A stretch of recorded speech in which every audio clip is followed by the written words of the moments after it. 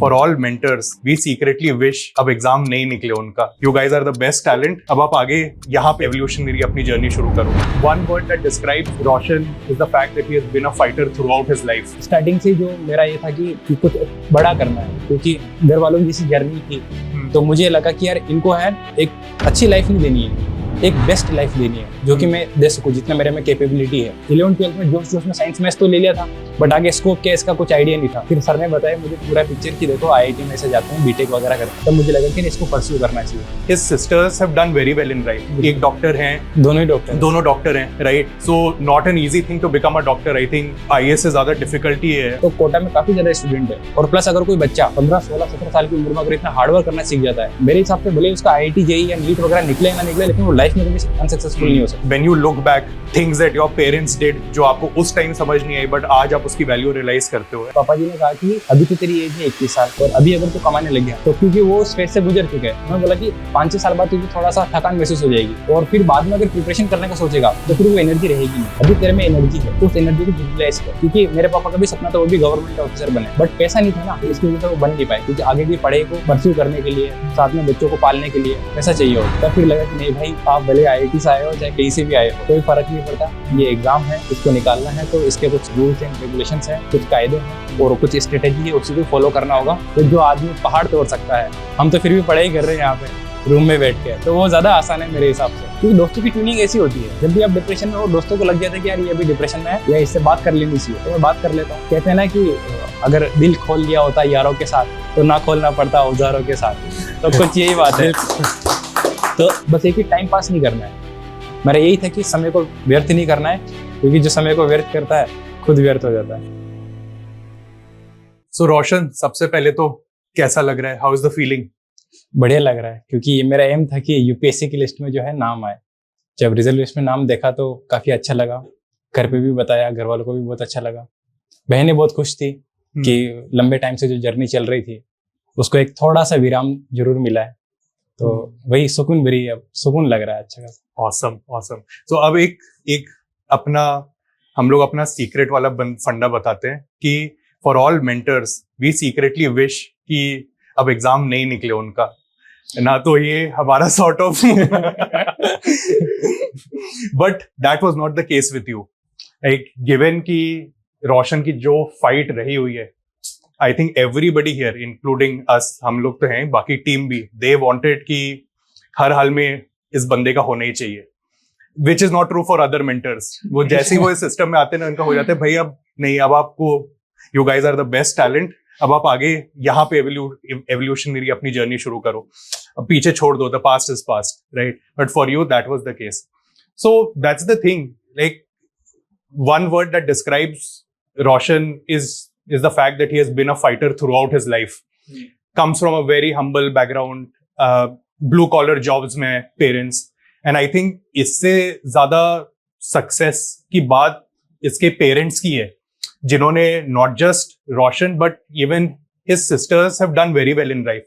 एक डॉक्टर हैं, दोनों डॉक्टर हैं, right? So not an easy thing to become a doctor. I think IAS से ज्यादा डिफिकल्टी है, आप अगर पीजी और सब कुछ सारी चीजें आप मिला के चलते जाओ तो। बिल्कुल sir, right? So massive commitment on their part, overcoming all the negativity, all the frustration, right? Mental fight सबसे ज्यादा बड़ी है।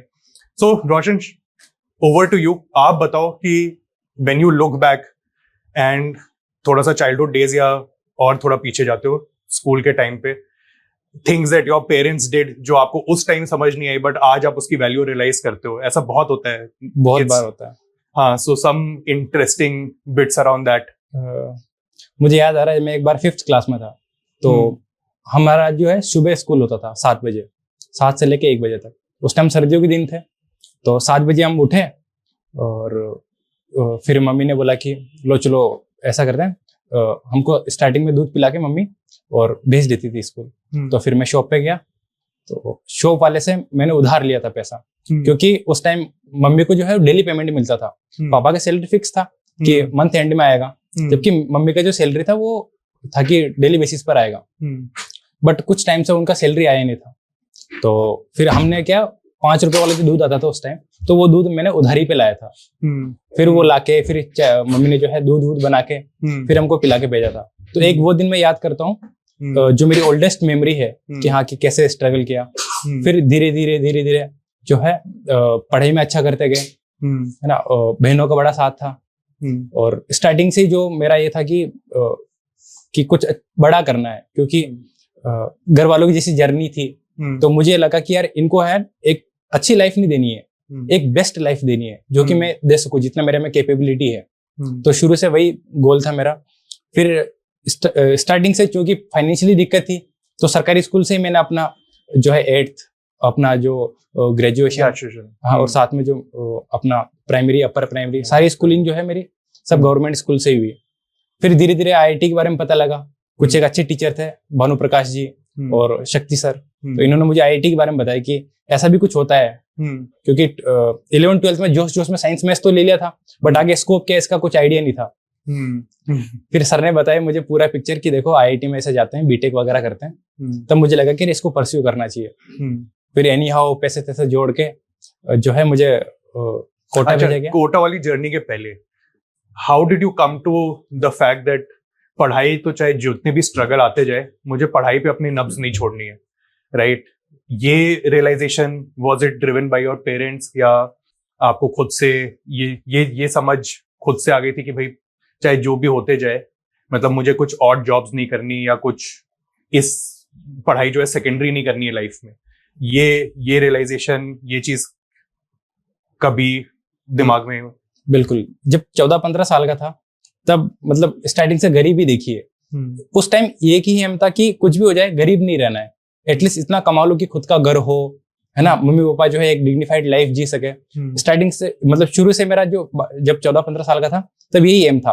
बट वो फिर धीरे धीरे जैसे जैसे ग्रेजुअली इवॉल्व होता गया, डिफरेंट चीजों के बारे में पता लगा कि हाँ और भी कई एस्पेक्ट है आप जिनके बारे में एक्सप्लोर कर सकते हो, सोच सकते हो।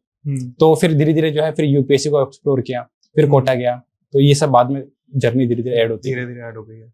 एंड पेरेंट्स का हमेशा से ही सपोर्ट रहा है? पेरेंट्स का 100% सपोर्ट है। इवन अभी भी मुझे कह रहे थे कि जब रिजल्ट लिस्ट आई थी तो मम्मी को बोला कि मम्मी रिजल्ट लिस्ट में नाम आ सकता है। तो उन्होंने बोला बेटा नाम आए या ना आए कोई दिक्कत नहीं, अगर नाम नहीं भी आया तो हताश मत होना, हमारा पूरा सपोर्ट है। और इवन तुझे लग रहा है कि अभी तो तेरी 26 साल उम्र है, तू 30 साल 32 साल 35 साल तक तू अगर जितना पढ़ना है उतना पढ़ता रहे। तो मतलब मेरा इतना सपोर्ट है। और फिर अभी बहनें जो है, बहनों का बहुत सपोर्ट है। बहनें कहती कि तू बस करे जा, पैसे वैसे की टेंशन मत ले, हम देख लेंगे। और बाकी फ्रेंड लोग हैं, मेरे फ्रेंड भी बहुत अच्छे हैं। उनसे जब भी मतलब बिना कहीं कभी कभार पैसे भेज देते तो अच्छा लगता है कि वो भी समझते हैं इस चीज को। तो आपके घर में कभी नेगेटिव एनवायरनमेंट नहीं रहा है क्या? नहीं, नेगेटिव एनवायरनमेंट कभी नहीं था। ये तो बहुत बड़ी चीज है। हाँ, क्योंकि मम्मी जो है ना, मम्मी पूरे घर को बांध के रखती है। मम्मी का ये था कि नेगेटिव एनवायरनमेंट नहीं होने देना है, और उनको पता था कि अगर नेगेटिव एनवायरनमेंट होगा तो अपने को ही इफेक्ट करेगा। इससे बढ़िया है कि देखो पैसा सबसे बड़ी दिक्कत है, तो मेहनत कर सकते हैं, है ना। मम्मी मेरे पढ़े लिखे नहीं है, तो मानसिक श्रम नहीं कर सकते, लेकिन शारीरिक श्रम तो कर सकते हैं। तो मम्मी का ये था कि मम्मी शारीरिक श्रम में जो है अव्वल दर्जा है मम्मी को। तो मम्मी फिर वहां से पैसे वैसे ला देते हैं। और पापा भी जो है फैक्ट्री वगैरह जाके उन्होंने 1 फैक्ट्री 2 फैक्ट्री, कभी कभार ओवर टाइम भी करना होता है। जैसे 4-5 फैक्ट्री में उनके 5,000, कोई 5,000 दे रहा है, कोई 4,000 दे रहा है, तो 20-25 हजार पापा ले आते हैं और 15-20-15 के आसपास जो है मम्मी ले आते हैं। तो वही 30-40 के आसपास घर का बैठ जाता है। तो इसमें जो है हमने तीनों जो भाई बहन है उन्होंने बहुत अच्छे से सर्वाइव किया। Absolutely commendable, no words.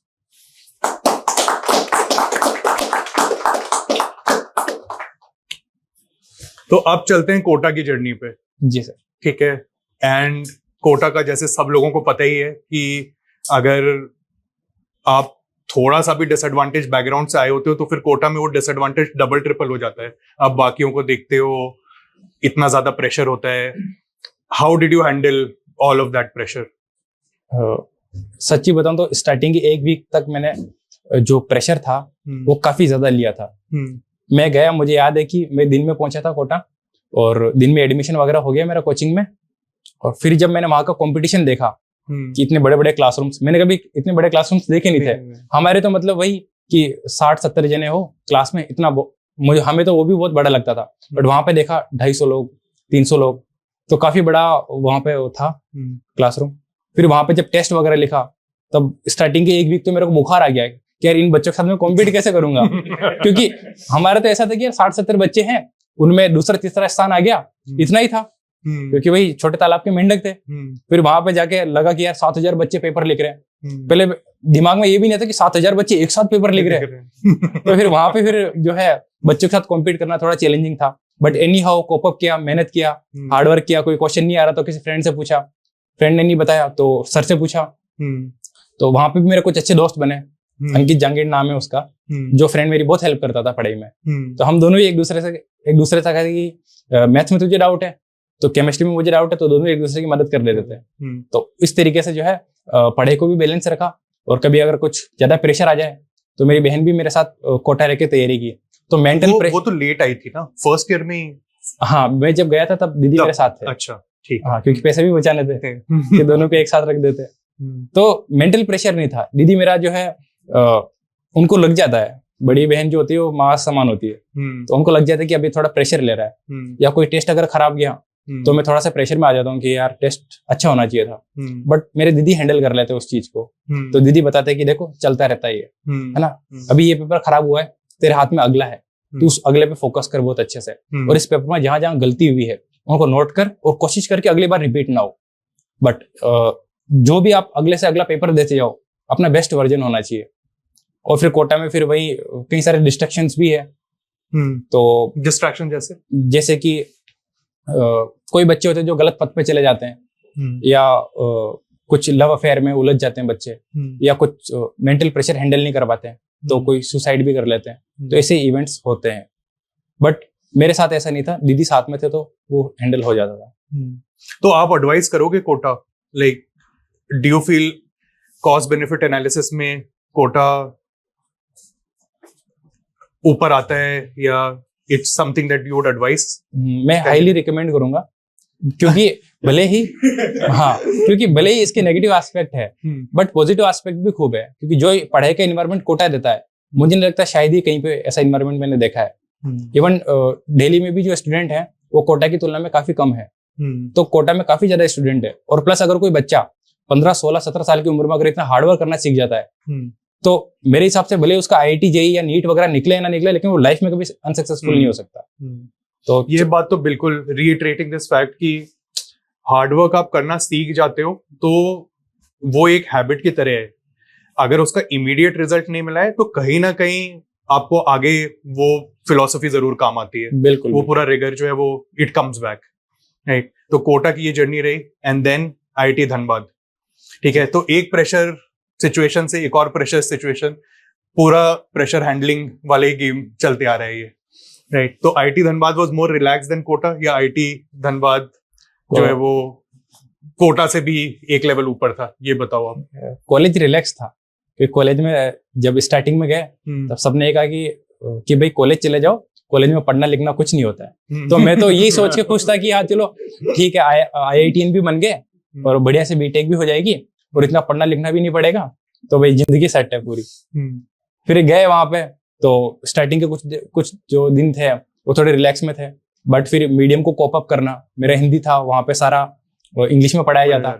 मैंने एक प्रोफेसर को बोला भी था कि सर आप जो भी पढ़ा रहे हो मुझे थोड़ा कम समझ में आ रहा है, आप अगर हिंदी में पढ़ाओगे तो मुझे थोड़ा और बढ़िया से समझ में आएगा। तब हिंदी मीडियम को कुछ छात्र और थे, तब फिर उन्होंने देखा कि हाँ यार सच में प्रॉब्लम फेस कर रहे बच्चे, तो उन्होंने कुछ प्रोफेसर ने हिंदी में भी पढ़ाया साथ में। ये भी अच्छी बात है, नहीं तो प्रॉफ तो सीधे बोल देते हैं वहां वाले तो कि नहीं IITian हो तुम इंग्लिश पढ़ो, भाई ऐसा क्या है। वहां वाले तो वहां पर सर कुछ ह्यूमैनिटीज वाले सब्जेक्ट भी पढ़ाया जाता है, तो वो थोड़े से ऊपर जाते थे मेरे। तो फिर मैंने उनको बोल दिया कि सर आप अगर ये सीख वाली बात है तो इस सीख वाली बात को अगर हिंदी और इंग्लिश दोनों में बोलोगे तो ज्यादा बढ़िया रहेगा। वो भी उस बात को समझे, और फिर उन्होंने हिंदी में भी जो है वो फिलोसफी वाले जो एंगल है वो फिलोसफी टच दिया, तो वो चीज बढ़िया लगी।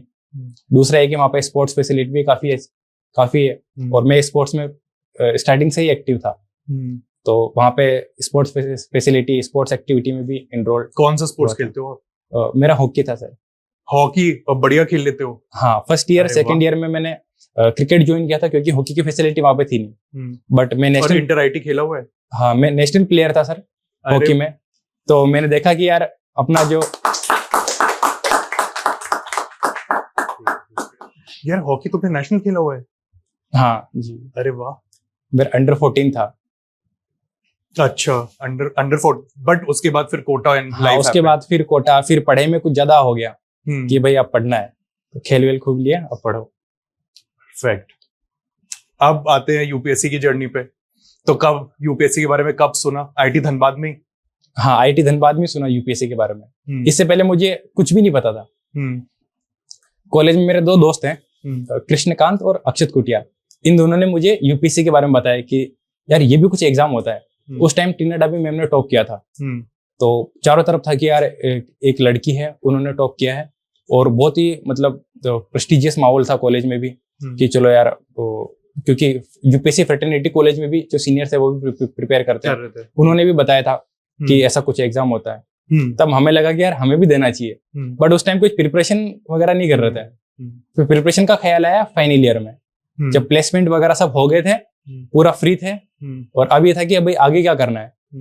तो फिर पापा से भी थोड़ा डिस्कस किया, मम्मी से भी डिस्कस किया कि मम्मी क्या इस फील्ड को मैं चुन सकता हूँ। फिर घर वालों को तो हमेशा सपोर्ट था, तो उन्होंने बोला चुन ले। तो फिर वहां से फिर यूपीएससी की जर्नी चालू। बट क्यों जॉब क्यों छोड़ा? अच्छा खासा इमीडिएट फाइनेंशियल स्टेबिलिटी आपके पास हो जाता है, जो कि आप हमेशा से ही एम कर रहे थे। Then why did you? इसमें मैं पापा का रोल थोड़ा ज्यादा मानूंगा, क्योंकि पापा जी ने कहा कि अभी तो तेरी एज है 21 साल, और अभी अगर तू कमाने लग गया, तो क्योंकि वो उस फेज से गुजर चुके हैं, उन्होंने बोला कि 5-6 साल बाद तुझे थोड़ा सा थकान महसूस हो जाएगी, और फिर बाद में अगर प्रिपरेशन करने का सोचेगा तो फिर वो एनर्जी रहेगी नहीं।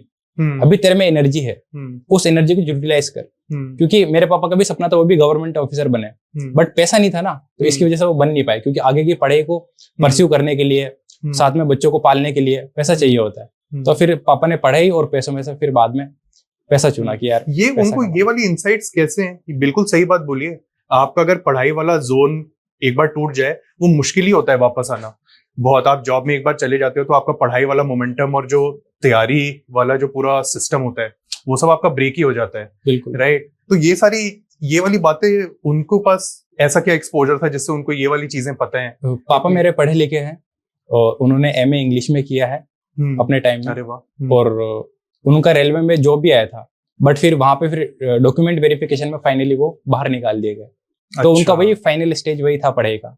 फिर उसके बाद में फिर उनको लगा कि यार अब परिवार की जिम्मेदारी भी लेनी पड़ेगी, तो फिर उनकी जर्नी जो है फिर पढ़ाई से शिफ्ट होकर पैसों की तरफ आ गई। बहुत बहुत अमेजिंग। अब आते हैं तो आईआईटी में आपको थोड़ा सा एक्सपोजर मिलता है, एंड जिन फ्रेंड्स की आप बात कर रहे हो उन्होंने भी फिर आपके साथ तैयारी की, and have they also cracked the exam by any chance? हाँ बिल्कुल, वो भी अभी तैयारी कर रहे हैं मेरे साथ, और उनमें से एक की सर्विस लग चुकी है, और एक की जो सर्विस थी वो कोल इंडिया लिमिटेड में थी, बट उसने फिर बाद में वहां से रिजाइन दिया। फिर वो जो है यूपीएससी की तैयारी कर रहा है। अच्छा, तो उन्होंने जॉब के साथ साथ ही थोड़ा टाइम पढ़ाई की? हाँ, थोड़े टाइम पढ़ाई की थी। ठीक है, तो आप तीनों लोग थे उस तरह का? हाँ बिल्कुल, 3-4 लोगों का गैंग। उनमें से एक जो है अभी असिस्टेंट ऑडिट ऑफिसर है, और एक अभी मेरे साथ तैयारी कर रहे हैं, और अभी एक में। तो हम तीनों जो है तैयारी करते टाइम जो डिस्कशन होता है, साथ में एक फ्रेंड और है प्रशांत, तो वो भी मतलब तैयारी में इन्वॉल्व है। तो कभी कुछ मुद्दों पे डिस्कस करना हो गया कि यार ये वन नेशन वन इलेक्शन क्या चल रहा है, अच्छा तेरी राय क्या है, इंडिया में जैसे बुलडोजर जस्टिस चल रहा है, तो यार क्या होना चाहिए नहीं होना चाहिए। इंटरव्यू की प्रिपरेशन में भी इन लोगों ने काफी हेल्प की। ऑसम।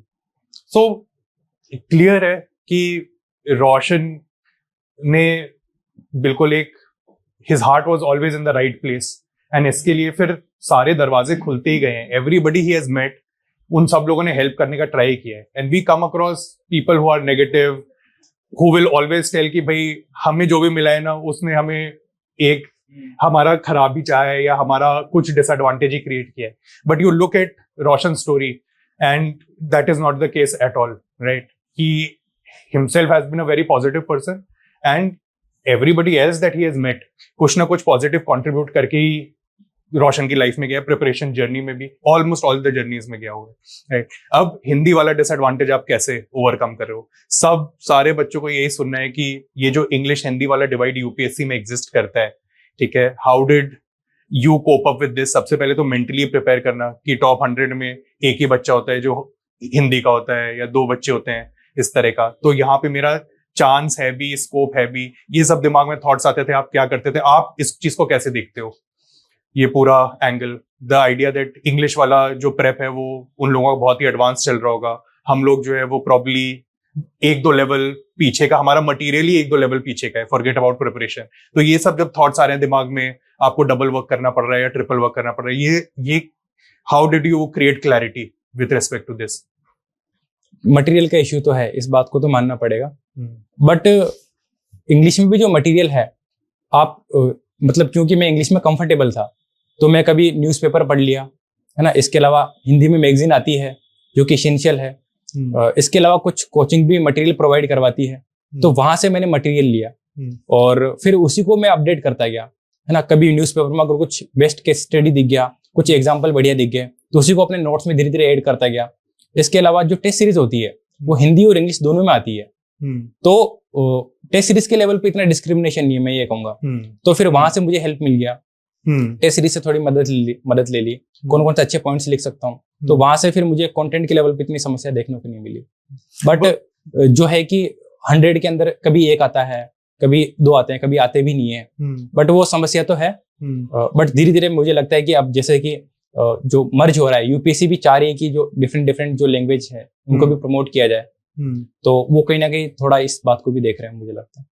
तो अब अच्छा, आने वाले टाइम में जो है, अगर आप अच्छा कंटेंट पढ़ोगे, पॉजिटिव माइंडसेट रखोगे, प्रॉपर आंसर राइटिंग करोगे, है ना, और बेहतर पर्सनालिटी रखोगे, एक और अच्छा ग्रुप रखोगे, तो मेरे हिसाब से निसंदेह। यार तो रोशन, आपको कभी ऐसा नहीं लगा कि मेरी मेहनत नहीं बट सिस्टम की वजह से ही ये एग्जाम डिफिकल्ट हो रहा है and maybe I should try something else? अगर इंग्लिश मीडियम होता तो फिर मैं अगला अटेम्प्ट आराम से देता जाता, बट अब जब 100 रैंक्स में 1 ही आ रहा है या 200 में एक 2 लोग ही आ रहे हैं, तो फिर ये मतलब बियॉन्ड माई कंट्रोल वेरिएबल की वजह से चैलेंजिंग हो रही है चीजें। So let me move past this या let me try something different, इस तरह वाला। मेरे एक दोस्त है विनीता, तो वो हमेशा कहती है कि अगर मान लो किसी एक बच्चे का सिलेक्शन हो रहा है यूपीएससी में हिंदी मीडियम से, तो वो तेरा होगा, अगर 2 का हो रहा है तो तेरा और मेरा होगा, अगर 3 का हो रहा है तो फिर तीसरा वाले कोई भी हो, हमें फर्क नहीं पड़ता। तो मतलब उसका इतना बिलीफ था और मेरा भी उसके ऊपर बिलीफ था कि कुछ भी हो अपने को निकालना है पेपर। तो ऐसा था कि बस मेहनत करे जाओ, ये सब चीजें हो रही है, थोड़ा दिख भी रहा है कि हाँ रिजल्ट्स नहीं आ रहे इतने अच्छे, बट फिर अगर आपने इसी मीडियम में 1 साल 2 साल दे दिया है, तो वापस से पीछे करके स्टेप बैक करके फिर वापस इंग्लिश मीडियम चूज करना मेरे साथ तो इसी से बढ़िया कि आपका जो भी मीडियम हो, चाहे वो मलयालम मीडियम हो, तमिल मीडियम हो या हिंदी मीडियम हो, आप उसी को अपना स्ट्रॉन्ग बनाइए, तब जाके जो है बात निकल के आएगी। एब्सोल्युटली, ये भी एक बहुत इंपॉर्टेंट चीज है कि इट्स ऑल अबाउट कि आप अपने आप को क्या स्टोरी बताते हो end of the day, right. आप अगर बोल दोगे कि सिस्टम मेरे अगेंस्ट है, आप अपने आप को कन्विंस कर दोगे, तो फिर बात वहीं खत्म हो जाएगी। बट जहां आप कहोगे कि नहीं, थिंग्स आर फेयर, मुझे थोड़ी ज्यादा मेहनत करनी पड़ सकती है but I will get the result, then there is no stopping you. I think that is the right attitude to have all the time. अब यहाँ पे रिपीटेड फेलियर्स वाला सिस्टम, प्रीलिम समझने वाला सिस्टम, इसको कैसे नेविगेट किया है, ये बताओ। पहला प्रीलिम्स था अक्टूबर 20 में हुआ था, क्योंकि जून 20 में होना था लेकिन वो अक्टूबर 20 में हुआ बिकॉज ऑफ कोविड-19। पहला एम यही था, मैंने टॉपर से स्ट्रेटेजी डिस्कशन देखे, दोस्तों से बात की, सीनियर से बात की, उन्होंने एक ही बात की कि सबसे पहले अगर टॉप मोस्ट प्रायोरिटी अगर कुछ होनी चाहिए वो है कि सिलेबस कंप्लीट करो। सिलेबस अगर कंप्लीट नहीं है, आप एग्जाम देने जा रहे हो तो रिजल्ट नहीं आएगा, डेफिनेटली नहीं आएगा। सबसे पहले सिलेबस कंप्लीट करो। तो मेरा यही था कि जैसे ही मैंने कॉलेज से निकला और मैंने सिलेबस को धीरे धीरे लेके कंप्लीट करना स्टार्ट किया। कंप्लीट हुआ नहीं था मेरा फर्स्ट अटेम्प्ट में, जब अक्टूबर 20 में मैंने पेपर दिया था, बट मेरे इतने मार्क्स आ गए थे कि मैं अगली बार जो है इसको कर सकता हूँ, क्योंकि शायद 3 या 4 नंबर से मेरा पहला प्रीलिम्स रुका था। फिर अब चूंकि पहला प्रीलिम्स निकला नहीं है, अगला प्रीलिम्स 1 साल दूर है, उस टाइम मई में होना था वो, तो मेरे पास 9 महीने थे। 9 महीने में मैंने सोचा कि आंसर राइटिंग भी करता हूँ, अपना ऑप्शनल है उसके भी कुछ टॉपिक बचे हुए हैं वो भी कर लेता हूँ, और कुछ जैसे कि मेंस के टॉपिक है, गवर्नेंस, इंटरनल सिक्योरिटी, वो वाला थोड़ा सा मैंने नहीं किया था उस टाइम, तो मैंने सोचा ये भी कर लेता हूँ। फिर मैंने सेकंड अटेम्प्ट में मैंने ये वाली चीजें कवर कर ली, प्लस फिर बाद में प्रीलिम्स स्पेसिफिक टेस्ट सीरीज लगाने लगा। पर किस्मत से वो वाला प्रीलिम्स भी थोड़ा पोस्टपोन हो गया, वो भी फिर अक्टूबर 21 में होना था। पहले मई में होना था, बट वो फिर अक्टूबर 21 में हुआ। फिर इन 3-4 महीनों में क्या करना है मुझे इतना आइडिया नहीं लगा, तो मैंने मेंस की प्रिपरेशन को कंटिन्यू रखा, जो कि मुझे लगता है कि मुझे नहीं करना चाहिए था। स्ट्रेटेजिक ब्लंडर हो गया। हाँ, वो स्ट्रेटेजिक ब्लंडर था। फिर क्या, फिर उसमें भी नहीं हुआ मेरा, शायद हार्डली 2 नंबर से रह गया था मेरा वो प्रीलिम्स। तब फिर लगा कि नहीं भाई, आप भले IIT से आए हो चाहे कहीं से भी आए हो, कोई फर्क नहीं पड़ता, ये एग्जाम है, इसको निकालना है, तो इसके कुछ रूल्स एंड रेगुलेशंस है, कुछ कायदे हैं और कुछ स्ट्रेटेजी है, उसी को फॉलो करना होगा। आप मन से कुछ स्ट्रेटेजी नहीं बना सकते हो, क्योंकि काफी लोगों ने जो निकाला है, काफी लोग जिस स्ट्रेटेजी को रिकमेंड करते हैं उसी को फॉलो करेंगे तो ज्यादा बढ़िया है। रादर देन मैं एक न्यू कमर हूँ, मैं अपने कुछ नई स्ट्रेटेजी लाऊं, क्या फायदा। मैंने उसी को फॉलो किया। फिर सेकंड अटेम्प्ट के बाद मैंने डेडिकेटेड टेस्ट सीरीज लिया, टेस्ट लगाए। मन तो बिल्कुल नहीं करता है कि यार प्रीलिम्स नहीं निकल रहा, पता नहीं मेंस के टेस्ट सीरीज लेके क्या करूंगा मैं। बट फिर मैंने लिखा, मेरा एक फ्रेंड है नरेंद्र, वो भी मेंस दे रहा था, तो मैंने बस ये सोचा कि यार जो ये चीजें ये कर रहा है ना, मैं भी सेम चीजें वही करता हूँ, उसी को रेप्लिकेट करता हूँ और कुछ नहीं करना। साथ ही मिल गया मेरे को तैयारी करने के लिए। फिर वो अपने टेस्ट लिखता, मैं भी अपने टेस्ट लिखता। तो इस हिसाब से हमने जो है दिसंबर 21 तक जो है हमने सारे टेस्ट निपटा दिए मेंस के। फिर वो मेंस देने चला गया, फिर मैंने प्रीलिम्स के लिए तैयारी करना स्टार्ट कर दिया। और इसी क्रम में जो है मैंने अपने फिर देखा कि मेरे पास कुछ शॉर्ट नोट्स होने चाहिए, प्लस PYQ कुछ रिपीटेड थीम्स भी है, जैसे कि हर अल्टरनेट ईयर में पंचायती राज से क्वेश्चन आता है ना। इसके अलावा डिफरेंट टाइप के बिल है, वहां से क्वेश्चन उठ के आता है। इन्वायरमेंट में एक्ट से लेके या अथॉरिटी से लेके कुछ ना कुछ क्वेश्चन आता रहता है, प्लस कुछ क्वेश्चन रिपीट भी हो रहे हैं, है ना। तो जैसे सेंट्रल ग्राउंड वाटर अथॉरिटी वाला क्वेश्चन है, तो फिर मुझे लगा कि यार थोड़ा सा इसको डीप लेवल में एनालिसिस करते हैं। फिर डीप लेवल एनालिसिस किया, फिर मुझे लगा कि हाँ ये टॉपिक आ सकते हैं अब, क्योंकि न्यूज में भी है, इंपॉर्टेंट भी है, रिपीट भी हो चुके हैं। तो फिर वहां से मैंने थोड़ा अच्छे से एनालिसिस किया और उसके नोट्स बनाए, शॉर्ट नोट्स बनाए। ज्योग्राफी वाले पोर्शन पे मैंने बहुत ज्यादा ध्यान दिया, मैपिंग वाला पोर्शन मैंने खुद ने जो है हाथ से मैप बनाए और थोड़ा सा उनको थोड़ा सा प्रेजेंटेशन अच्छा करने के लिए मैंने कलर्स का भी यूज किया। डिफरेंट कलर के हाइलाइटर को मैंने प्रिपरेशन में यूज किया। करंट अफेयर की जब मैगजीन पढ़ता था तब हमेशा 2 हाइलाइटर रखता था, एक अपना येलो, दूसरा ग्रीन। जो भी प्रीलिम्स के लिए इंपॉर्टेंट होता था उसको ग्रीन से हाईलाइट करता था, जो मेंस के लिए इंपॉर्टेंट है उसको येलो से। तो ये था। तो ये मेरे जो कॉलेज के सीनियर है सृजन वर्मा सर, तो उनसे मैंने सीखा था, उन्हीं के वेबिनार में मैंने देखा था। तो फिर मैंने इस चीज को फॉलो किया। तो अब जो भी मुझसे कोई पूछता कि मैगजीन को कैसे पढ़े, मैं भी यही चीज बोल देता हूँ कि यार देखो ऐसे पढ़ना है। फिर पूरे कॉन्फिडेंस के साथ मैंने पेपर दिया, तो वो वाला प्रीलिम्स मेरा क्रैक हो गया। ऑसम।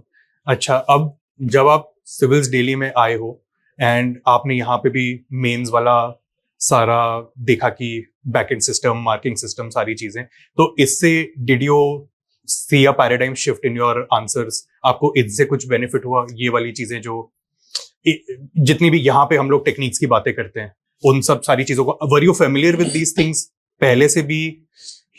जब मैंने 22 वाला मेंस लिखा था तब मैं इन चीजों से फेमिलियर नहीं था, बट जब 23 वाला या जो 24 वाला जो मैंने मेंस लिखा, जब सिविल से दिल्ली के संपर्क में आया, तब जैसे रवि सर, सुमित सर ने मुझे आंसर राइटिंग के बारे में कुछ टिप्स दिए थे कि आप एक्स फैक्टर का नोट्स का यूज कर सकते हो, इनके जो एग्जांपल्स है, हाँ, इनको आप अपने आंसर्स में लिखोगे तो ज्यादा बढ़िया रहेगा, है ना। और फिर लास्ट में जो उन्होंने ये बोला था कि इंट्रो, बॉडी और कंक्लूजन वाला जो फॉर्मेट है वो थोड़ा सा ओल्ड हो गया है, अब आपको थोड़ा सा इसको मॉडिफाई करना होगा, है ना। वे फॉरवर्ड जरूर लिखना है आपको, है ना, ग्लोबल बेस्ट प्रैक्टिसेस का यूज करना है। तो ये जो नई चीजें हैं ये यहीं पे आके पता लगी। और यहाँ का जो मार्किंग सिस्टम है, रवि भैया को मैं क्वेश्चंस भेजता था कि भैया ये क्वेश्चन है, तो फिर वो बोलते थे कि देखो अच्छा लिखा है, ये इसमें जो है जो भी इम्प्रूवमेंट है ये करना है, वो करना है, तो बताते थे, बढ़िया से फीडबैक देते थे। अच्छा, अब थोड़ा सा स्पिरिचुअल जर्नी की बात हो जाए, ठीक है। Are you someone who is religious? हाँ बिल्कुल। किस भगवान को आप मानते हो? और शिव जी को, और जो अपने बजरंगबली है इनको। और इनका but day to day life, do you think they have had a profound impact on your preparation and on your results? हाँ बिल्कुल बिल्कुल। मेरे ये जो स्पिरिचुअलिज्म वाला जो एंगल है, क्योंकि साइंस के स्टूडेंट है तो जनरली नहीं मानते। स्टार्टिंग में मैं भी नहीं मानता था, बट मेरे दीदी हैं वो काफी ज्यादा स्पिरिचुअल पर्सनालिटी है, तो उन्होंने बोला कि देखो भगवान होते हैं, है ना, भगवान होते हैं, अब इस पे कोई डाउट ही नहीं करना है।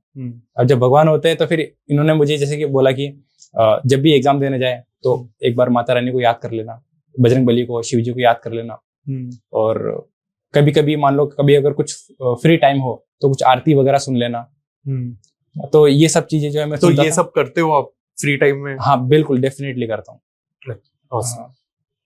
तो मुझे लगता है कि कहीं ना कहीं जो मेंटल पीस है वो मिलता है इससे, और जो डिफरेंट टाइप की समस्या होती है वो फिर बाद मुझे वो समस्या जो है छोटी लगने लगती है कि हाँ जब इन लोगों की लाइफ में इतनी बड़ी बड़ी समस्याएं थी, है ना, तो फिर मुझे लगता है कि मेरी समस्या तो बहुत छोटी है, तो मोटिवेशन वहीं से आ जाता है कभी कभी। सॉलिड भाई। Guys over to you. Amazing story Roshan. वैसे तो हमें पता ही था क्योंकि हम आपके साथ काम कर रहे हैं, तो हमें इसके बहुत चीज़ों के बारे में पता था। रोशन, अगेन मैं कुछ एनेक्डोट्स पे जाना चाहूँगा। जैसे आप जब ऑफकोर्स फाइनेंशियल डिफिकल्टीज थी तो कई बार कुछ सैक्रिफाइसेस होते हैं, राइट, जो पेरेंट्स करते हैं या सिस्टर्स करती हैं और बताती नहीं है, बताते नहीं है कि ये हमने किया है as a form of sacrifice. तो आपको दिख रहा था कुछ ऐसा, कुछ याद कर पा रहे हो कि हाँ मेरे माँ बाप, मेरी बहन सैक्रिफाइस कर रही हैं, लेकिन जता नहीं रही हैं उस सैक्रिफाइस को, और जो अब आप उसके लिए बहुत ग्रेटफुल हो या उसको बहुत अच्छे से याद करते हो कि यार क्या बड़ी चीज कर दी उन्होंने उस टाइम, कितना बड़ा दिल था इनका ये करने के लिए। ऐसे कुछ वाक्य आपकी लाइफ में रहे हो?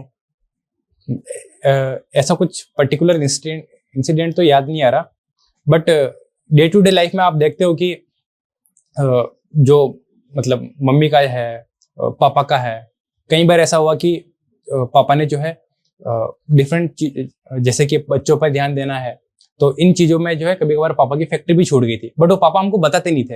हाँ, है ना। फॉर एग्जाम्पल कभी अगर मेरे एग्जाम है, पापा अगर साथ चले गए और उस टाइम अगर फैक्ट्री में कुछ अर्जेंट काम था, तो अब चूंकि मालिक को तो काम नहीं है कि भले उनका बच्चा जो है कुछ भी करे, बट यही था कि फिर पापा का 1-2 बार नौकरी गया था, है ना, मम्मी ने काम छोड़े हैं।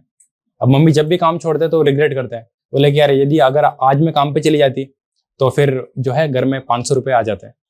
तो मम्मी जो है, मम्मी पापा दीदी बहनें सब करती है, छोटी बहनें भी आपकी मतलब एक आई थिंक लेडी हार्डन से मेडिकल कर रही हैं, एक सरदार पटेल कॉलेज से कर रही हैं, जो कि बहुत रेप्यूटेड चीज है। एंड आज सर ने भी कहा कि आपके पेरेंट्स की विक्ट्री बहुत बड़ी है इसमें। एक क्वेश्चन मैं और पूछना चाहूंगा कि इंटरव्यू में जब आपका नहीं हुआ था 3rd अटेम्प्ट में, और आप बहुत क्लोज थे उस द्वार के, you were just 1 step away, फिर से वापस शुरू करना, ठीक है, क्योंकि इंटरव्यू के बाद मुझे याद है जब मैंने इंटरेक्ट भी किया था, आप थोड़े से मतलब डिसअपॉइंटेड थे, को लग रहा था कि इंटरव्यू मेरे लिए नहीं है, या हम जैसे लोगों के लिए नहीं है, या जैसा हम तैयार करके जाते हैं मॉक्स में वैसा नहीं होता है। आपका बहुत इनिशियल रिएक्शन वही था जितना मैं रिकॉल कर रहा था। हाँ, इंटरव्यू में आपके थोड़े कम नंबर थे, राइट, एवरेज से कम। क्यों ऐसा क्यों? What is, throw some light and then या so what happened in the interview, और उस मतलब हाँ जो फर्स्ट अटेम्प्ट में आपका इंटरव्यू नहीं हुआ, तो जैसे आप बाहर निकले, आई थिंक कोई टफ बोर्ड आपको मिला था, I don't remember the name of that lady. तो on one hand you are saying that Hindi को ये प्रमोट कर रहे हैं, हाँ, but interview is one place where they can actually give a little concession, right.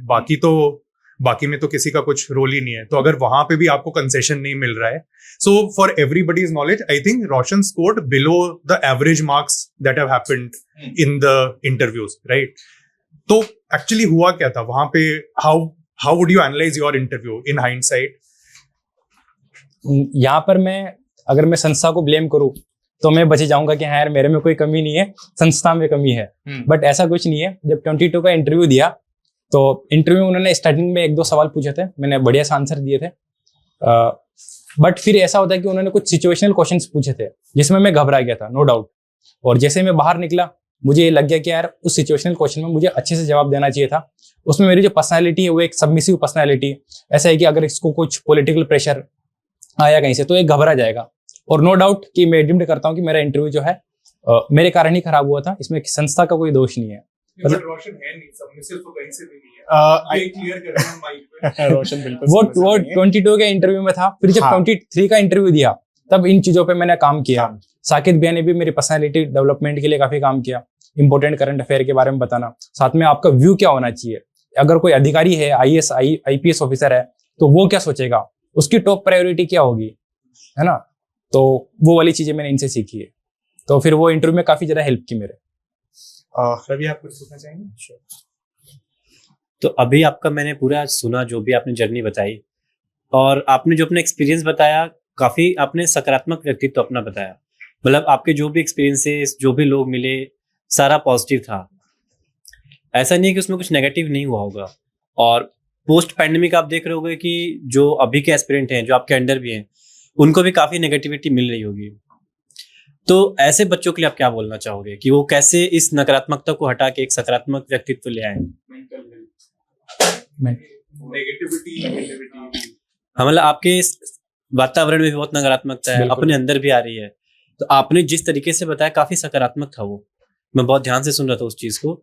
तो ये चीज आप बच्चों को कैसे समझाओगे कि वो भी इस चीज को अपने अंदर इंप्लीमेंट कर सकें? बिल्कुल, मेरे हिसाब से पॉजिटिविटी की जो शुरुआत है वो अपने घर से ही होती है। अगर आपका घर का पॉजिटिव माहौल है तो वो पॉजिटिविटी आप में भी रिफ्लेक्ट होगी, आपकी भी पर्सनैलिटी उसी हिसाब से बदलेगी। लेकिन अब आप हर टाइम घर तो रहते नहीं हो, आप बाहर भी निकलते हो, दोस्तों के साथ इंटरेक्ट भी करते हो। तो मेरा ये मानना है कि अगर आपका एक पॉजिटिव ग्रुप है और ऐसे आपके पास दोस्त हैं जो अपने से भी ऊपर आपको रखते हैं, तो वो चीज जो है आपके लाइफ में पॉजिटिविटी क्रिएट करती है। मेरी लाइफ में भी ऐसे दोस्त हैं, विनीता मेरी एक फ्रेंड है, सुदीपा फ्रेंड है, इसके अलावा नरेंद्र दोस्त है ना, प्रशांत है, अक्षत है, सागर है, चेतन है। मतलब मैं जितने लोग, शिव है, विजेंद्र है, ओम है, मतलब जितने नाम लूं उतने कम है। तो ये मेरे खास दोस्त हैं। जब भी मुझे कुछ नेगेटिविटी फील होती है, भाई मैं आज थोड़ा अच्छा फील नहीं कर रहा हूँ, मैं किसी को भी कॉल मिला देता हूँ और वो पेशेंटली मेरी बात सुनते हैं। और क्योंकि दोस्तों की ट्यूनिंग ऐसी होती है, जब भी आप डिप्रेशन में हो, दोस्तों को लग जाता है कि यार ये अभी डिप्रेशन में है या इससे बात कर लेनी चाहिए, तो मैं बात कर लेता हूँ। कहते हैं ना कि अगर दिल खोल लिया होता यारों के साथ तो ना खोलना पड़ता औजारों के साथ, तो कुछ यही बात है। तो आई थिंक आप मतलब एक चीज कहते हो कि शेयर जरूर करना चाहिए किसी के साथ चीजों को, ताकि वो बर्डन कम हो। बिल्कुल। और आपको ये कितना लगता है कि मूवीज भी ऐसी हेल्प करती हैं? काफी ऐसी मूवीज हैं जो पॉजिटिव माइंडसेट के साथ होती हैं और एक मोटिवेशन क्रिएट करती हैं। बिल्कुल। मुझे एक बहुत ही अच्छी मूवी याद है, एक हॉकी के प्लेयर पे डिपेंडेंट है मूवी, सूरमा नाम है उसका ना। तो उसमें जो उसकी कहानी दिखाते हैं कि कैसे उसने जो पूरे अपनी लाइफ के जो पहले पीक पे था, फिर वो पूरा डाउनफॉल हुआ उसका बिकॉज ऑफ पैरालिसिस, और फिर वो जो वापस से उसने अपनी लाइफ में जंप किया। तो वो मूवीज देखता हूँ जो थोड़ा मोटिवेशन प्रदान करे। इसके अलावा एक मांझी द माउंटेन मैन है, जो आदमी पहाड़ तोड़ सकता है, हम तो फिर भी पढ़ाई कर रहे हैं यहाँ पे रूम में बैठ के, तो वो ज्यादा आसान है मेरे हिसाब से। तो जब आप देखते हो ना कि आपसे ज्यादा किसी और की लाइफ हार्ड है, तब मोटिवेशन अपने आप आ जाता है। सुमित, आप कुछ पूछना चाहिए? पहले तो आपको बहुत सारी शुभकामनाएं, बहुत बधाई। थैंक यू भैया। रोशन, मेरा आपसे एक क्वेश्चन ये है कि अभी तक जितना भी मैंने सुना, आपने बताया कोटा के अंदर डिस्ट्रैक्शन का एक आपने नाम का यूज किया, डिस्ट्रैक्शन वर्ड का। आपने बताया कि वहाँ सिस्टर थी, सिस्टर ने आपको मतलब रोक लिया, कंट्रोल किया हर जगह पे ना। तो यहाँ पर यूपीएससी की जर्नी पे आपको किसने रोका? आपके फ्रेंड थे नो डाउट यहाँ पर, लेकिन अभी का जो सिचुएशन है बच्चों के पास में, या मैं देखता हूँ मेरे पास जितने स्टूडेंट्स आते हैं, काफ़ी डिस्ट्रैक्शन है उनके पास में ना। मतलब फैमिली की साइड से भी आता है, फ्रेंड्स की साइड से भी आता है, इंस्टीट्यूशन की साइड से भी आता है ना। कंटेंट मार्केट में काफ़ी सारा पड़ा हुआ है, तो उसको कैसे कंट्रोल किया जाए? अभी यूपीएससी की फील्ड में डिस्ट्रैक्शन थोड़ा सा अलग है, क्योंकि यहाँ पे कंटेंट बहुत ज्यादा है ना, और प्लस थोड़ा सा लव एंगल भी है। इसके अलावा एक्चुअल क्वेश्चन यही था। लव वाला भी है, क्योंकि सब जो है अपनी अडल्ट एज में आते हैं यहाँ पे, तो उस टाइम वो 18-19 ईयर्स के नहीं होते, वो 20s में आते हैं। इसके अलावा जो कुछ पर्सनालिटी को लेकर कुछ डिसऑर्डर्स है, तो वो तो नो डाउट है, बट मेरे केस में ये नहीं था, तो मैं इसका थोड़ा सा ठीक है। सेकंड क्वेश्चन ये है कि एक बार दोबारा से कम बैक करने पे, मतलब इंटरव्यू फेज तक जाने पे, फिर दोबारा कम बैक करने में, एंड देन फिर जॉब साथ में, तो अभी कुछ जैसे जो 3-4 साल से तैयारी कर रहे हैं, तो उन लोगों को लगता है कि कोई छोटा मोटा जॉब हम लोग साथ में स्टार्ट कर लें। जैसे अभी कोई काउंसलिंग की टीम में काम कर रहा है, कोई एडिटिंग टीम में काम कर रहा है, कोई कहीं भी काम कर रहा है, तो उसको जॉब के साथ में कैसे प्रिपरेशन करना चाहिए? एक तो ये बताओ। दूसरा कि जॉब के साथ में पढ़ाई को कितना टाइम देना चाहिए, वो कैसे मैनेज करेगा, तो उन सब पे अपना बताओ कि आपने कैसे मैनेज किया था। मेरे हिसाब से इस पूरी प्रिपरेशन को जो है सबसे पहले 2 साल तो आप डेडिकेटेडली दो। भूल जाओ कि मुझे कोई काम करना है या फाइनेंशियल दिक्कत है, भूल जाओ। 2 साल तो आपको पूरा सिलेबस कंप्लीट करने पे ही लगाने हैं। 2 साल तो मतलब आंख मीच के ये दे दो कि मैंने यूपीएससी को दे दिए, अब 2 साल तक मैं स्टेप आउट नहीं कर सकता। 2 साल जब आपने दे दिए, फिर इसके बाद अगर आपको लगे कि नहीं यार बात नहीं बन रही है और कुछ फाइनेंशियली भी दिक्कत आ रही है, तो कुछ एकेडमिक्स वर्क जो यूपीएससी से रिलेटेड है, फॉर एग्जाम्पल कॉपी इवेल्युएशन या कुछ कंटेंट वाला जो काम है, तो वो आप कर सकते हो। मैं इस चीज को ऐसे मैनेज करता था कि मान लो कोई कंटेंट बनाना है ना, और या बच्चों को कंटेंट देना है, तो पहले वो मैंने कंटेंट बना लिया और फिर उसको जो है सेव वगैरह कर लेता था। फिर सभी बच्चों को वो कंटेंट पढ़ने के लिए दे देता था और उस कंटेंट को खुद भी पढ़ता था, जिससे कि मेरा भी रिवीजन हो जाए। और साथ में अगर कुछ फ्री टाइम मुझे मिल गया तो अपना जो पढ़ने के लिए कुछ बुक है, नोट्स हैं या टेबलेट है, वो हमेशा साथ रखो। नहीं तो मोबाइल आजकल सबके पास होता है, जो भी आप पढ़ रहे हो मोबाइल में पूरा अपडेट होता है, बुक मार्क वगैरह हो जाता है। तो मैं भी ये चीज करता था कि मान लो कोई पीडीएफ पढ़ रहा हूँ, फ्री टाइम दिख गया कि मुझे पता है कि हाँ यार अभी 15-20 मिनट थोड़ा सा फ्री है, तो पढ़ने लग गया मैं। बस एक ही टाइम पास नहीं करना है, मेरा यही था कि समय को व्यर्थ नहीं करना है, क्योंकि जो समय को व्यर्थ करता है खुद व्यर्थ हो जाता है। बिल्कुल। तनीषा, आप पूछना चाहेंगे?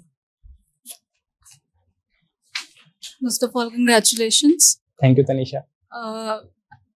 My question is that there are certain moments when you have these doubts whether you should have taken a job that you left or whether you should have pursued, further studies in your domain, because you have these financial, you think about your family and all. So how do you overcome those moments of doubt?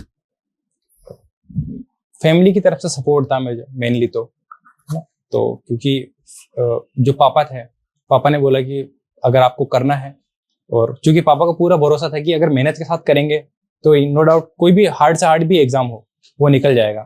तो पिताजी को भरोसा था, mummy को भरोसा है। जब इतना भरोसा है और प्लस मेरी मेहनत है, तो मेरे हिसाब से अगर आप कुछ टाइम के लिए फाइनेंशियल कंडीशंस को छोड़ दो, है ना, कुछ टाइम के लिए थोड़े अपने सपनों को परस्यू कर लो, तो वो ज्यादा बढ़िया है। क्योंकि ये मेरा सपना था, पिताजी का सपना था कि मेरा बेटा जो है बड़ा अफसर बने, मम्मी का सपना था, बहनों का था। तो कहीं ना कहीं उस चीज को जो है फाइनेंशियल जो साइड है उसको थोड़ा सा साइड में रखना पड़ता है, और जो अपने सपना है उसको अचीव करना होता है। कभी कभार थोड़ा सा लालची भी बनना चाहिए। मैं ये पूछना चाहती हूँ कि आपने यूपीएससी चढ़ने के साथ स्टेट पीसीएस के एग्जाम्स को फोकस किया, फिर या फिर जब आपका कंटिन्यू फेलियर्स का सामना हुआ तो फिर आपने कैसे इसको मैनेज किया? 2 अटेम्प्ट के बाद मुझे भी लगा था कि यार मुझे स्टेट पीसीएस वगैरह देना चाहिए, पर सही बताऊं तो मैंने सिलेबस भी उसका देखा था, मैंने कुछ पढ़ने का कोशिश भी किया था, 1 महीने तक मैं पढ़ा भी था, बट फिर मुझे लगा कि यार मेरे से नहीं हो पाएगा ये, क्योंकि मन तो वहां लग रहा है ना। अब आप सिर्फ पर्टिकुलर जॉब के लिए जो अगर आप ये चीज देना चाहो तो वो थोड़ा सा गलत हो जाएगा। तो फिर मैंने कोशिश भी किया था, बट मुझे लगा कि मेरे बस की बात नहीं है, और प्लस थोड़ा स्टेट का भी पढ़ना पड़ता है, डीप में पढ़ना पड़ता है। अब चूंकि मैं राजस्थान से हूँ तो आरपीएससी और यूपीएससी में थोड़ा सा डिफरेंस है। ओवरलैप, जो सिलेबस ओवरलैप करना चाहिए, लगभग अगर 80-90% कर रहा है तो आई विल परस्यू, बट मैंने देखा इधर तो 40-50 है, प्लस ऑप्शनल भी है, ऑप्शनल को भी अच्छे से करना है। तो मैंने सोचा कि यार आरपीएससी को भी स्टेट पीसीएस को रहने देता हूँ, मैं जो है अपना ऑप्शनल पे ध्यान देता हूँ, और ऑप्शनल में मार्क्स कैसे बढ़ाया जाए, एथिक्स में मार्क्स कैसे बढ़ाया जाए, एसए में कैसे बढ़ाया जाए, मैंने पूरा ध्यान उधर शिफ्ट किया। और फिर पापा से भी बात किया कि पापा जी यार मैं स्टेट पीसीएस का दे दूं, तो पापा ने बोला देख वैसे जरूरत तो नहीं है, ठीक है, बाकी अगर तुझे लग रहा है देना चाहिए तो दे दे। फिर एक सीनियर से बात किया था मैंने, जय शिवानी सर, वो भी आसाम में आईएएस है, तो उन्होंने बताया कि करता रहे, यूपीएससी ही करता रहे, क्योंकि बहुत डिफरेंस आ जाता है आरपीएससी में और यूपीएससी में। तो फिर मैं यूपीएससी के बैकलॉग्स को कैसे कंप्लीट करते थे? जैसे समटाइम हम शेड्यूल तो बना लेते पर हमारे बैकलॉग्स लगते रहते हैं, उसको कैसे आप मैनेज करते हैं? बैकलॉग के लिए स्टार्टिंग का डे होता है मेरा 4 बजे अगर उठा हूं मैं, तो आज का मैंने कुछ शेड्यूल बनाया है कि ये मेरा शेड्यूल है, मुझे इसे फॉलो करना है। रात को 10 बजे के आसपास, 9 बजे के आसपास कुछ छूट जाता है, तो फिर उसको मैं वीकेंड के लिए रख देता हूँ कि यार आप थोड़ा वीकेंड में देख लेंगे इसको, क्योंकि लास्ट में जब पढ़ते हैं ना तो वो लो प्रोडक्टिव चीजें ही पढ़ते हैं, इतनी हाई प्रोडक्टिव चीजें पढ़ते नहीं है। अब चूंकि वो एग्जाम के हिसाब से वैसे थोड़ा सा लिस्ट इंपॉर्टेंट है, अगर इसको हम बाद में पढ़ेंगे तो चल जाएगा काम। तो मेरा ऐसा था कि संडे को जो है जो भी पूरा हफ्ते पड़ा है उसका पूरा रिवीजन करना है, प्लस जो बैकलॉग हो गए उनको कंप्लीट करना है। आप चाहो तो डेली बेसिस पर भी जो है बैकलॉग कंप्लीट कर सकते हो। जब भी आपकी नेक्स्ट डे की शुरुआत हो, है ना, तो उसी टाइम जो है आप अपना पहले बैकलॉग कंप्लीट करो और फिर दिन की नई शुरुआत करो। रोशन भाई, first of all congratulation. Thank you Piyush. तो मेरा सवाल क्या, मैं एक्सपीरियंस जानना चाह रहा हूँ। हमने बहुत सुना है एक IITs के हॉस्टल के बारे में, तो how was your hostel life, और कोई ऐसी मेमोरी जो आप शेयर करना चाहते हो? हॉस्टल लाइफ तो बहुत इंटरटेनिंग थी और दोस्त भी काफ़ी अच्छे थे, काफ़ी अच्छे दोस्त बनाए। नो डाउट कि ऑप्शंस भी होते हैं आपके पास कि आप कैसे दोस्त बनाते हो, बट मुझे लगा कि यार मुझे अच्छे दोस्त ही बनाने चाहिए, तो अच्छे दोस्त ही बनाए। दोस्तों के साथ काफ़ी ज़्यादा ट्रिप पे भी गए, काफ़ी ज़्यादा घूमने भी गए, कभी सिक्किम गए और कभी काशी गए, तो ट्रिप्स वगैरह भी प्लान होती है। और हॉस्टल में कहते हैं कि भाई कि प्रोफेसर की जो क्लास होती है उससे 1 घंटा पहले तो है हम सोते हैं, फिर आधे घंटे पहले उठते हैं, तो वो पूरा प्रोसेस सच में हॉस्टल में चलता है। कभी कभार तो ऐसा होता है कि पूरी रात जग लिए और फिर प्रोफेसर की क्लास अटेंड करने जा रहे हैं और उस क्लास में सो रहे हैं तो ऐसा भी होता है। अच्छा, आपकी प्रॉक्सी वगैरह की कोई स्टोरी रही है? प्रॉक्सी हाँ, लगाते थे आप? बिल्कुल। मेरा रूममेट था रविंद्र, तो वो मेरी प्रॉक्सी लगाता था। इवन वो 2-3 लोगों की और भी लगाता था, सिर्फ मेरी नहीं। मेरा एक फ्रेंड है कृष्णकांत, उसकी, नलिन की, भूरा की, तो उन सबकी जो है वो प्रॉक्सी लगाता था। एंड वन मोर थिंग, आपका ऑप्शनल जो है, मतलब मैथमेटिक्स ऑप्शनल है आपका, तो बहुत ही कम लोग परस्यू करते हैं उसको, तो आपने वो कैसे सोचा, और क्या बोलना चाहेंगे आप जिन बच्चों का मैथमेटिक्स ऑप्शनल है उनके लिए? मेरा 10th के बाद से मैथ में इंटरेस्ट डेवलप हो गया। 10th में भी अच्छे मार्क्स थे, 12th में भी थे, और जब कॉलेज में गया तब वहाँ की जो मैंने मैथमेटिक्स देखी, इंजीनियरिंग मैथमेटिक्स, उसमें भी थोड़ा इंटरेस्ट आने लग गया। तो और फिर चूंकि मैथ में इंटरेस्ट पहले से ही था, प्लस फिर यहाँ पे आने के बाद में मुझे लगा, उस टाइम 2018 में जो टॉपर थे कनिष्क कटारिया सर, तो उनके भी मैथ्स में काफी ज्यादा हाईएस्ट मार्क्स थे उस टाइम। तो और इसके साथ में मैथ्स में इंटरेस्ट भी पहले था, फिर लगा कि यार स्कोरिंग भी है ना। फिर मैंने सिलेबस देखा कि यार ये तो वही अपना सिलेबस है इंजीनियरिंग मैथमेटिक्स वाला, प्लस थोड़ा बहुत कुछ अलग भी था 20-30%। फिर मुझे लगा कि यार इसी को परस्यू कर लेते हैं, रादर देन अपन कुछ इलेक्ट्रिकल उठाएंगे या कुछ ह्यूमैनिटीज वाला उठाएंगे, इसी को भी बढ़िया करते हैं, भाई रिजल्ट्स तो आ रहे हैं तो, और स्कोरिंग भी है। तो फिर मेरे को लगा कि यार इसी को भी पढ़ लेते हैं। फिर धीरे धीरे इसके ऊपर कमांड बनाता गया। प्रियंका, आप पूछना चाहेंगे? First of all congratulations Roshan. Thank you ma'am. मुझे ना आपसे बहुत ही ज़्यादा जेनेरिक क्वेश्चन पूछना है रोशन, नॉट अबाउट प्रिपरेशन कैसे करते हैं, ये तो सबको पता है। मुझे बस ये पूछना है, जैसे कि आपने प्रिपरेशन स्टार्ट करी, ये journey, UPSC journey is not easy journey, obviously, कभी अप्स कभी डाउन्स, बट अप होता है तब तो अच्छा लगता है, लेकिन जब डाउन फेज आता है, लाइक अबाउट मल्टीपल फेलियर्स, तो वहाँ से खुद को दोबारा से पिकअप करना, वापस से उस जोन में लेके आना, जैसे बहुत सारे बच्चे हैं प्रिपरेशन करते हैं, बट द थिंग इज कि कुछ लोग इस जर्नी में बिकॉज ऑफ देयर पेरेंट्स भी आते हैं, जैसे आपने बोला था कि आपके फादर का भी रोल रहा है, तो समटाइम्स वो आ जाते हैं इस जर्नी में and then they end up in that depression वाला फेज। तो उस वाले फेज को कैसे टैकल करना चाहिए, मेरा क्वेश्चन ये है।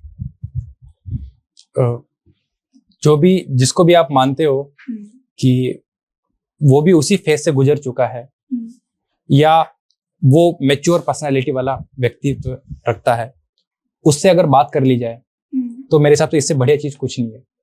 मेरे केस में जो है मेरे जो भी दोस्त फ्रेंड लोग हैं, मम्मी पापा है, तो बहनें हैं, इनसे मैं काफी ज्यादा बॉन्डेड हूँ। हमारा मतलब रिलेशनशिप काफी ज्यादा स्ट्रॉन्ग है, तो मैं उनसे किसी भी बात को लेकर जो भी डिप्रेशन होता है उनके साथ में शेयर कर लेता हूँ।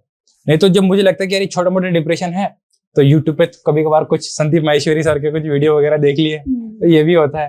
नहीं तो लगता है कि यार थोड़ा ज्यादा डिप्रेशन है, तब कोई मूवी देख लेता हूँ, थोड़ी बड़ी मूवी, तो मूवीज हो गया, कोई सॉन्ग्स हो गए, है ना। तो इसमें मतलब बेसिकली आप भी ये मानते हो कि इस जर्नी में आपके पास कोई ना कोई एक मेंटर होना चाहिए? बिल्कुल बिल्कुल। सो दैट आप इस जर्नी में आपको मूव ऑन होने में इजी रहे।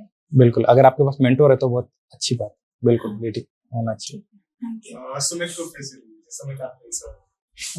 रोशन भाई, एक चीज मेरे को अभी याद आ रही है कि जब भी आप ऑफिस आते थे स्टूडेंट्स के सेशन लेने के लिए, तो आप खुद भी समाचार मंथन पढ़ते थे, और जब आप हमारे से ट्रिप पे गए थे तभी भी आप समाचार मंथन साथ लेके गए थे, और आप भी, मैंने काफी टाइम देखा कि आप भी उनके आंसर आप खुद भी लिखते थे। तो आपको क्या एडवांटेज मिला वहां से, उन समाचार मंथन के क्वेश्चन से या समाचार मंथन से क्या बेनिफिट मिला?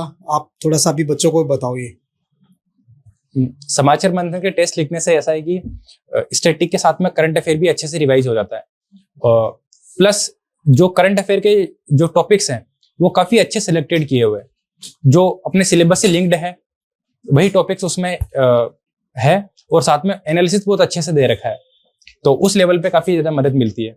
आपने जो आंसर्स जो जनरेट कर आंसर्स के पॉइंट है वो वहां से इजीली जनरेट हो जाते हैं, तो ये चीजें मुझे समाचार मंथन ने काफी ज्यादा हेल्प किया। टाइम बचा है, अब आपको न्यूज़पेपर नहीं पढ़ना पड़ा? हाँ बिल्कुल बिल्कुल, न्यूज़पेपर पढ़ना मैंने इंटरव्यू के टाइम ही पढ़ा था, बाकी 2 साल पहले न्यूज़पेपर पढ़ना छोड़ दिया। यूँ देख लिया।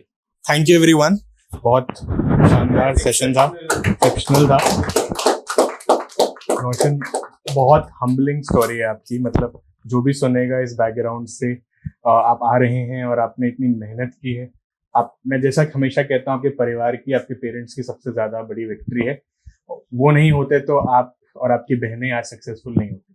उनका डिटर्मिनेशन था आपको बनाने के लिए और आप बन गए। हमारे साथ आपने काम किया और आगे भी करेंगे।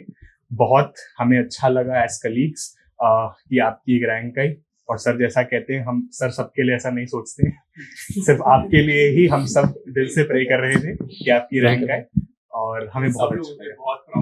बहुत प्राउड मोमेंट है हमारे लिए। Thank you Roshan. Thank you भैया। अच्छा सर, आपको नहीं जाने दे रहा मेरे सवाल का जवाब आप दीजिए, यहाँ बैठिए या खड़े रह के, जैसे भी आपको देना है। मेरा सवाल यही है और बहुत सिंपल है कि मैंने जितने भी कोचिंग्स बाकी देखे हैं, वहाँ के मेंटर्स रैंक नहीं ला रहे, उनके मेंटर्स के नाम नहीं आते हैं किसी भी लिस्ट में। हमारे तो बच्चे मेंटर्स का नाम लिए जा रहे हैं, राणा धीर का सर का नाम हो या अपने रवीश का नाम हो, सुमित का नाम हो, हमारे बच्चे लिए जा रहे हैं।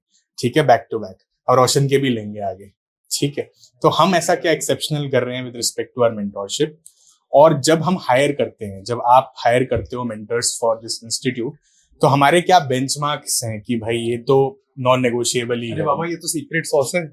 सीक्रेट सॉस है तो आप बिल्कुल उस क्वेश्चन में बता दो कि जितना हम पब्लिक डोमेन में आउट कर सकते हैं उस क्वेश्चन में बता दो, पर ये बताना तो पड़ेगा यार। अच्छा, टफ है ये चीज। तो है।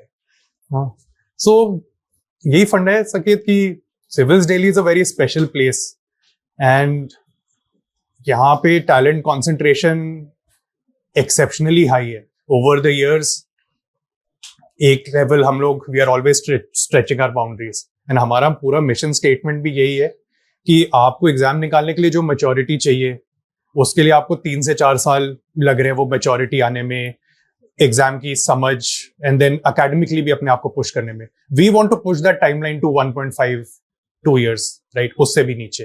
और उसके लिए सारे मैकेनिज्म्स इन्वॉल्व हैं, PYQ analysis, micro themes, answer writing, evolutionary journey जो आपकी होनी है, सब कुछ है। तो ये सब 6 months में आप एडवांस वाली प्रिपरेशन शुरू कर पाए, and then you are prepared for prelims, then mains.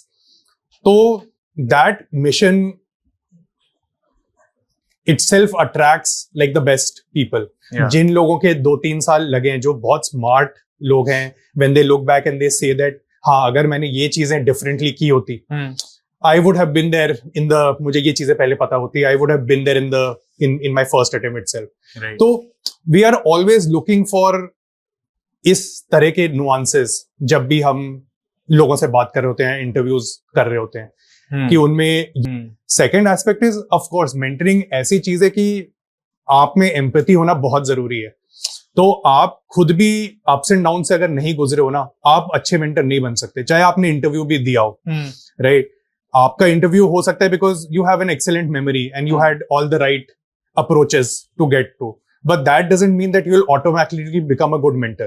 तो यहाँ पे बहुत ज्यादा ट्रेनिंग है, बहुत ज्यादा पहले भी, even before the training starts, उसके पहले भी लोगों में हम एम्पैथी वाला एंगल और उनकी जो एवोल्यूशनरी जर्नी रही है नॉन एकेडमिक वाली, उस पर बहुत ध्यान देते हैं। तो एग्जांपल रोशन का ही था, वी न्यू कि उसको उनका पूरा एटीट्यूड ही इस तरह का है बच्चों का कि भाई मुझे इनके साथ लग के इनकी हेल्प करनी है. He has always been that person in through and through, right? It was not that कि इस जॉब की डिमांड है, वो खुद पर्सनालिटी वाइज भी इस पर्सनालिटी के ही थे.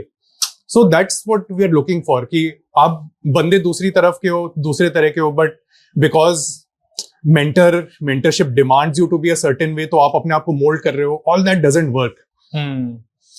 Great, amazing, and now we know why Roshan was. हाँ, एंड मेनी अदर फैक्टर्स. तो ऐसा हाँ, सब जो भी like people who apply here, उनको हम लोग महीने महीने तक ही आई थिंक इंटरव्यू कर रहे होते हैं. Yeah, and you've seen the rigor.